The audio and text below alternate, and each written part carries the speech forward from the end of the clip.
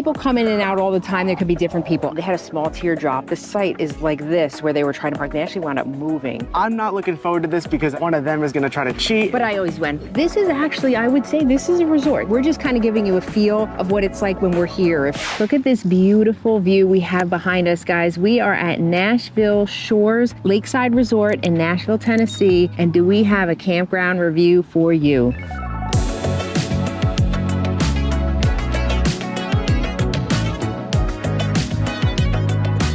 So this is actually not in Nashville, not in downtown Nashville. Yeah. Where is it? So it is in Hermitage, Tennessee. I think I'm saying that right. So it is basically a neighborhood of Nashville. Right, right. So it's about 20 minutes or so from Honky Tonk Road, and then, you know, a lot of the main areas down there. So the location is good. And this is the first thing we always address, our must-haves. The location is number one. Close to a lot of different things. It's really close to I-40, so you're very close to a highway if you need to just hop on and get to different places like we've been doing. So it's a really good spot. So the next one is site sizes and getting in and out. So let's do getting in and out first. So pulling in, well, actually, before we even do that, getting here, we actually made a wrong turn in because it said Nashville Shores. There's two separate entrances. There's one for the marina, and then there's one for the actual campground. Right. So we'll just make a note of that if you're coming here. Then when we pulled in, how was it? Getting in was very easy. Again, a lot of space plenty. You could easily fit a lot of RVs. So getting in really wasn't a problem for us. Right. And then the site sizes are really nice here. Very nice. We're actually in the empty site next to ours, and you can see our site. We had no problem at all backing in. You see the car fits perfectly, and every site is pretty much like that. So that it's very similar all the way around. Now the next must-have is level sites. Now our site was a dream. I pulled in and I leveled. We were about an inch front to back, side to side. It was really, really easy to level. However, some of the sites you can see behind me, there's one particularly over here that somebody was pulling in at the same time. They had a small teardrop, but the site is like this where they were trying to park. They actually wound up moving. So not all the sites. These lakefront sites seem to be really, really good to level. So if we were to come back here, I would definitely choose one of the lakefronts. So a lot of you guys like to travel with your pets. So the next must-have is, does this place allow pets? And yes, they do allow pets here. Before we get to our like-to-haves, one of the tools we use to find a campground is CAMPGROUNDViews.com. CAMPGROUNDViews.com allows you to get a virtual tour of your campground before you set foot on it. So you can check your actual campsites. You can go in and out of the campsites if they have cabins, bathrooms, all of that. So you know what you're showing up to before you get there. They have over 1,500 campgrounds around the country, over 35,000 campsites. They have all the state parks in Oregon, Washington, California, Texas, New Mexico, Utah, Idaho, and Tennessee, where we are, and many more on the way. Over 65% of recreation.gov campsites are on, and they're adding hundreds a month. It's a huge undertaking. Their ultimate goal is to get every campground in the country, which is well over 16,000. This was started by Mark Kepp, a full-time RVer who got frustrated showing up to campgrounds and then false advertisement. You don't know what you're getting into. They're a huge supporter of our channel, guys. They did provide a discount code. If you use the discount code ENDLESSFREE, you will get 1 month free of their membership. If you use the discount code ENDLESSRVing, you get 25% off of their membership, which is pretty awesome. They're huge supporters of the channel, guys, and they're providing a great service. We're going to put all their information down below.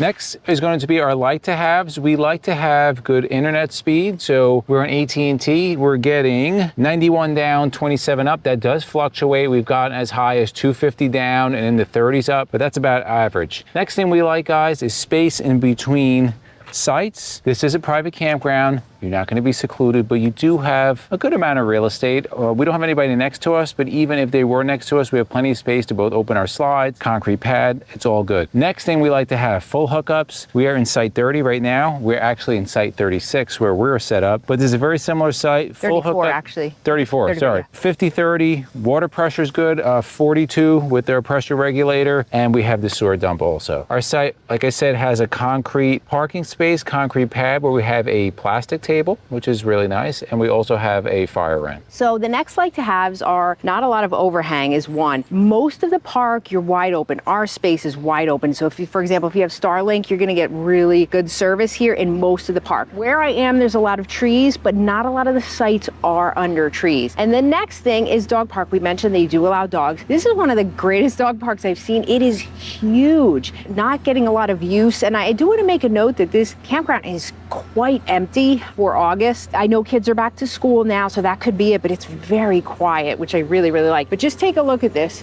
The only thing I would say is there's no separate small or large dog park, but that's fine. There's not a ton of dogs in there anyway.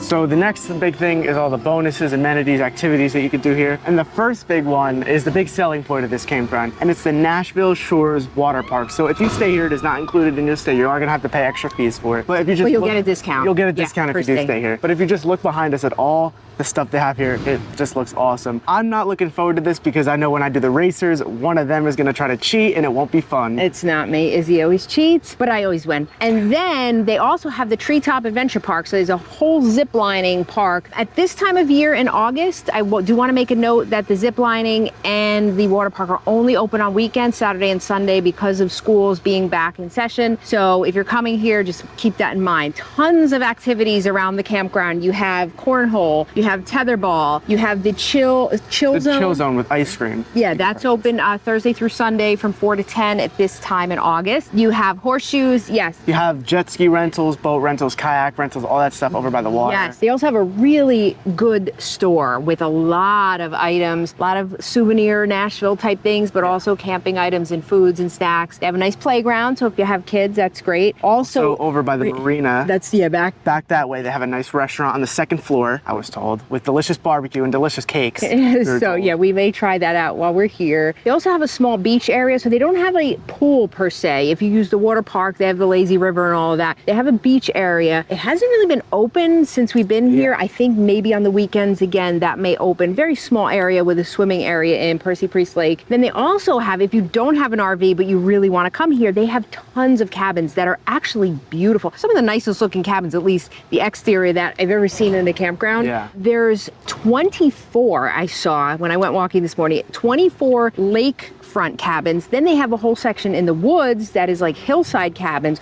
So plenty of places to stay if you don't even have an RV. Then they also have laundry, which we will be partaking in. I saw that it is quarters, so we're gonna have to get quarters. It's not up to date yet with the credit cards. And they have bathhouses, which Jason wouldn't even go near. I'm not a bathhouse guy. I prefer my own shower. But I went into the bathhouse and it was really, really cool. They actually have separate rooms. So there were 3 separate rooms in the women's bathhouse. With each, you open the door and then it has a toilet, a sink, and a nice big shower in each room. So that's really cool. And what's really good too is there is a passcode for that because they want to keep the water park goers out of the bathhouse. So that will be just for the campground. And the last big thing is that you're super, super close to downtown Nashville. So you're about 20 minutes from Honky Tonk Road, Broadway. So you're really close to all the amenities inside downtown. So let's talk about some deal breakers. Big one, breed restrictions. No breed restrictions here. Bad reviews. They have very good reviews on Google. Landscaping is another big one. There's nothing fancy per se landscaping, but it's very well kept. They're out here every day, cutting grass, trimming, weed whacking, so everything is in order. So the last 2 deal breakers are 2 newer ones that we've added to the list. And the first one is the attitude of the campers. Now, we had a viewer make a good point and say, look, people come in and out all the time. There could be different people. And that's 100% accurate. We're just kind of giving you a feel of what it's like when we're here. If we see that there's, kind of, you can tell there's a trend of just rude, inconsiderate people. So here, we don't see that. Everybody's very quiet and kind of keeps to their own here. Again, it's not crowded at all at this time. People wave and that kind of thing, but it's been a really nice experience. And then the workers here have been very helpful. Very nice. Checking in was a breeze. The guy was super, super nice, very helpful. They do have an after hours number. If you have an issue, you can call. So that's really good. All right, let's talk about the cost. So what did we pay now? We've recently stayed at a resort. We'll link that video up above, guys. Bathrooms. Yeah, so this is actually, I would say this is a resort. This is really nice. They have a lot of offerings. So in terms of price, the total was $655 and we were here for 7 nights. So that's about $93 a night or so. Not bad. That's everything included, tax, everything. Everything, yeah. So for 7 nights, this distance to downtown Nashville, all the offerings, a beautiful view. We will be back for sure. Definitely. So in the comments below, guys, let us know, have you stayed in the Nashville area? Have you stayed at Nashville Shores or any other campgrounds in the area? We like to know, our viewers like to know. If you like videos like this, to the left of us, we'll put our RV campground playlist. We'll put our RV newbie playlist. And for myself, MJ and Jason, it's a journey of a lifetime, and we'll see you on the road.